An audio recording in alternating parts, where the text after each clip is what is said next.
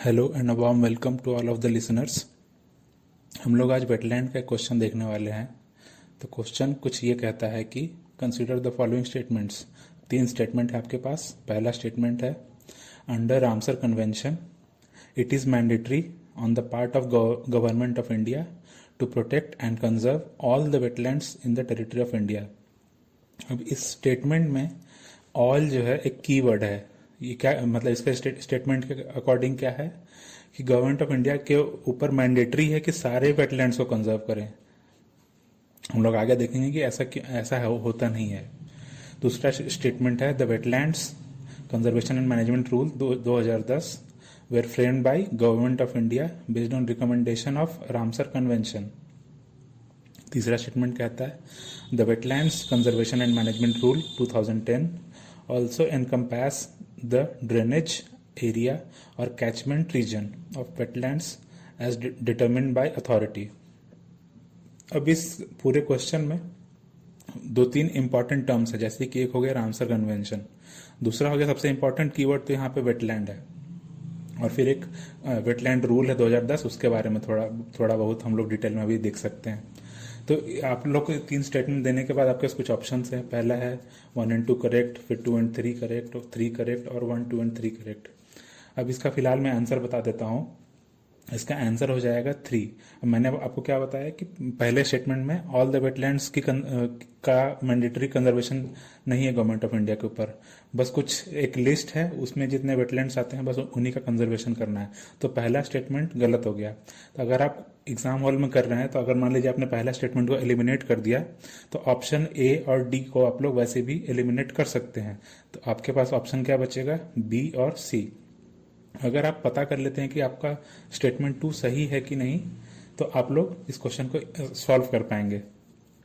दूसरा स्टेटमेंट क्या कह रहा है कि जो वेटलैंड रूल बनाए गए थे वो रामसर कन्वेंशन के रिकमेंडेशन पे बनाए गए थे, जबकि ऐसा कुछ भी प्रोविजन मेंशन कहीं भी नहीं है कि ऐसा कुछ हुआ था। तो ये दूसरा स्टेटमेंट गलत है, तो इसलिए इसका आंसर क्या हो जाएगा, 3 ओनली। अब थोड़ा सा हम लोग एक्सप्लेनेशन समझते हैं इस पूरे क्वेश्चन का। तो वेटलैंड क्या है? वेटलैंड एक ट्रांजिशनल जोन है। किन इकोसिस्टम्स के बीच में? एक तो टेरेस्ट्रियल इकोसिस्टम हो जाएगा और दूसरा एक्वेटिक इकोसिस्टम हो जाएगा। अब मैंने देखिए वेटलैंड के ब्रैकेट में लिख रखा है 2 फरवरी। ये क्या है, वर्ल्ड वेटलैंड डे है। अब ऐसा इसी दिन क्यों सेलिब्रेट होता है, मैं आपको आगे बताऊंगा। जो वेटलैंड है, जो ये क्या होगा, एक ऐसा लैंड है, एक ऐसा लैंड एरिया है जो कि पूरी तरह से या फिर पार्शियली कवर्ड रहेगा पानी से, ये वाटर फ्लडेड रहेगा, ऐसा लैंड उसको वेटलैंड बोलेंगे। अब या तो ये परमानेंटली हो सकता है या तो ये सीजनली हो सकता है।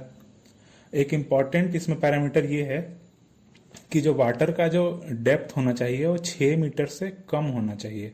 अगर 6 मीटर से ज्यादा होगा तो वेटलैंड के क्लासिफिकेशन में नहीं आएगा। ये जैसे कि आप मान लीजिए कोस्टल एरिया में है, कोस्टल एरिया में ऐसा क्या होता है कि बहुत बार 6 मीटर से ज्यादा वाटर फ्लड हो जाता है, तो उस जोन को हम लोग वेटलैंड नहीं बोलेंगे। अब हम लोग कुछ क्लासिफिकेशन देखते हैं वेटलैंड का। तो आप जो इमेजेस देख रहे हैं इसमें देखिए आपको सब कुछ ऑलमोस्ट सिमिलर सा लगेगा, मगर कुछ कुछ बेसिक माइन्यूट डिफरेंसेस है जिस वजह से इनको अलग अलग नाम से बोला जाता है। अब जैसे सबसे पहला हो गया मार्श। मार्श क्या है, ये पीरियोडिकली फ्लडेड रहता है वाटर से। कहने का मतलब हमेशा ये वाटर से फ्लडेड नहीं रहेगा। और यहाँ पे एक इम्पॉर्टेंट क्या है कि ये यहाँ का वेजिटेशन जो होगा हर्बेशियस होगा, यानी कि यहाँ पे वुडी वाला जो वेजिटेशन होगा वो नहीं होगा यहाँ पे। और जो दूसरा डायग्राम देख रहे हैं आप लोगों को स्वैम्प का, यहाँ पर देखिए बहुत सारे पेड़ हैं। तो कहने का मतलब क्या हो जाएगा कि यहाँ पे जो वेजिटेशन होगा बेसिकली ट्रीज के होंगे, श्रब्स के होंगे, और यहाँ पर जो पानी जो होगा वो सरफेस वाटर होगा, सरफेस वाटर के थ्रू इनपुट आएगा। ये तो बेसिक हो गया मार्श और स्वैम्प के बीच में डिफरेंस। अब दूसरा देखिए, दूसरा है बॉग और फेन। ये क्या है, दोनों क्या है, बेसिकली वाटर लॉग्ड पीट लैंड है। पीट लैंड क्या होता है, आपने पीट पढ़ा होगा कि कोल के इवोल्यूशन में सबसे पहले पीट बनता है। पीट क्या है, जब बहुत सारा प्लांट वेजिटेशन जो है अगर वो बहुत ही हाई प्रेशर और टेम्परेचर में क्रश होते रहता है तो उससे हम लोग पीट डिराइव करते हैं। अब पहला देखिए बॉग है। बॉग क्या होता है कि इसका जो पानी आता है ये रेनफॉल वाटर के थ्रू आता है। और फेन में क्या होता है, ये कि यहाँ पे ग्राउंड वाटर के थ्रू आता है। तो ये बेसिक दोनों के बीच में डिफरेंस है, इस वजह से इनका अलग अलग नाम है। बॉग और फेन को हम लोग ओवरऑल क्लासिफिकेशन में मायर भी बोलते हैं, MIRE, मायर। अब इन वेटलैंड्स के अलावा कुछ और एग्जांपल हो सकते हैं, जैसे कि कोस्टल वेटलैंड हो जाएगा। कोस्टल वेटलैंड जो कि हमारे कोस्टल रीजन में पाया जाएगा, जैसे फॉर एग्जांपल क्या हो जाएगा, मैंग्रोव स्वैम्प्स हो जाएंगे।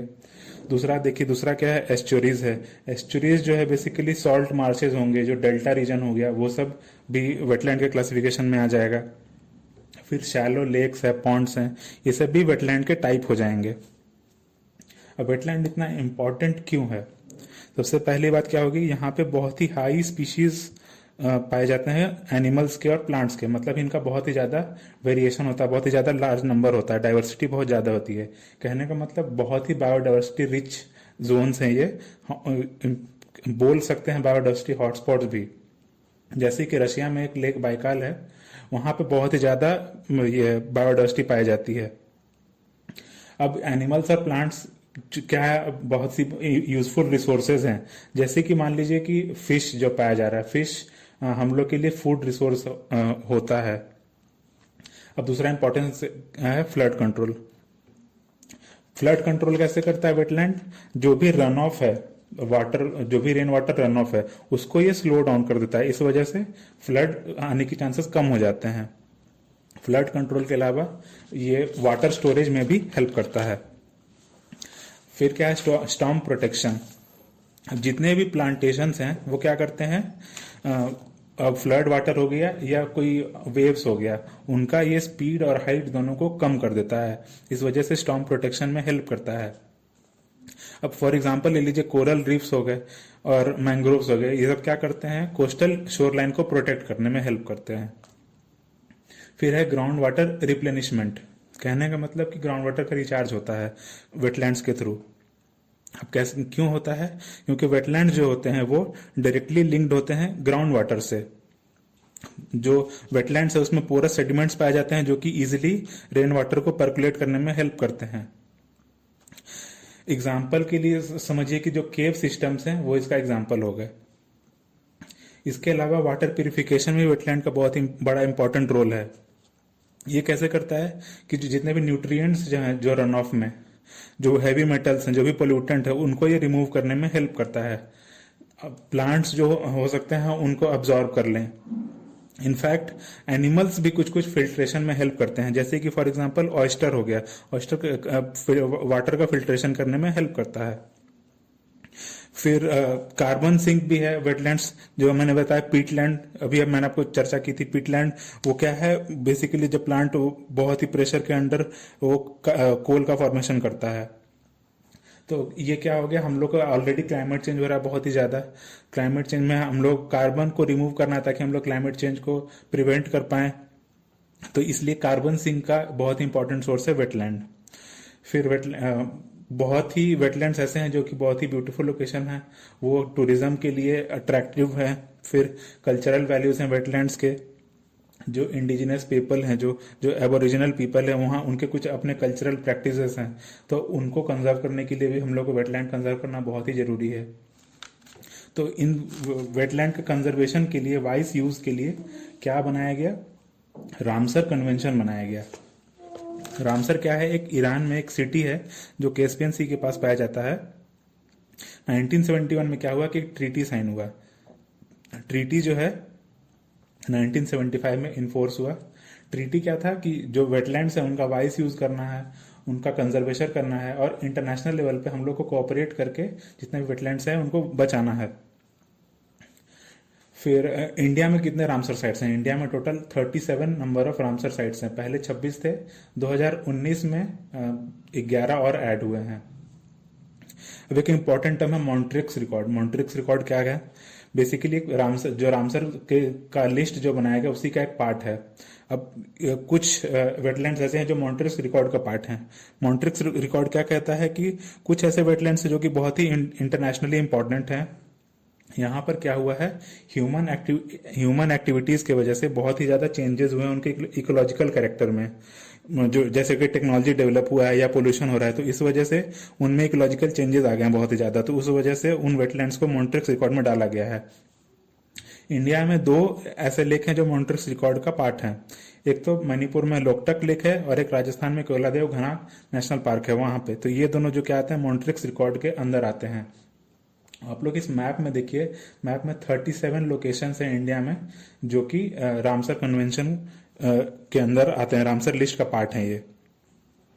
अब हम लोग दूसरे और तीसरे स्टेटमेंट में क्या मेंशन था, वेटलैंड कंजर्वेशन मैनेजमेंट रूल्स 2010। अभी इसके अंतर्गत क्या है कि इंडिया में 115 वेटलैंड हैं ऐसे जिसको कि इस लिस्ट में डाला गया है। ध्यान दीजिएगा कि रामसर लिस्ट अलग है और इसका लिस्ट अलग है। ये रूल्स क्या कहते हैं कि जितने भी हार्मफुल एक्टिविटीज हैं जैसे कि कंस्ट्रक्शन हो गया या फिर अगर कोई इंडस्ट्रियल सेटअप हो रहा है, अगर कोई भी अनट्रीटेड सीवेज या सॉलिड वेस्ट का डंपिंग हो रहा है, तो ये सब जो एक्टिविटीज हैं ये प्रोहिबिटेड हैं क्योंकि ये हार्म कॉज करते हैं वेटलैंड्स को। फिर इसके थ्रू ही central wetland regulatory authority establish किया गया।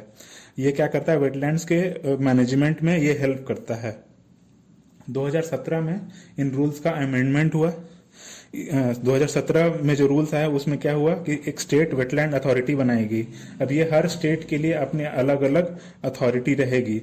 इसका हेड कौन होगा, जो स्टेट का जो एनवायरमेंट मिनिस्टर होगा वो इस अथॉरिटी का हेड होगा। इसके अलावा डिजिटल इन्वेंट्री बनाई जाएगी। डिजिटल इन्वेंट्री क्या होगी, वेटलैंड्स के लिए होगी ताकि हम लोग मतलब अच्छे से मैनेजमेंट कर पाए जो भी वेटलैंड का कंजर्वेशन हम लोग को करना है। और फाइनली देखिए एक नेशनल वेटलैंड कमेटी बनाएगी। इसके हेड जो होंगे ये MOEFCC के सेक्रेटरी होंगे। ये कमेटी क्या करेगी, हम लोग को इस पूरे रूल को मैनेज करने में हेल्प करेगी। तो आशा करते हैं आप लोग को अभी काफी इंफॉर्मेटिव, काफी कुछ सीखने को मिला होगा। ठीक है, ऐसे ही अच्छे से पढ़ते रहिए, सुनते रहिए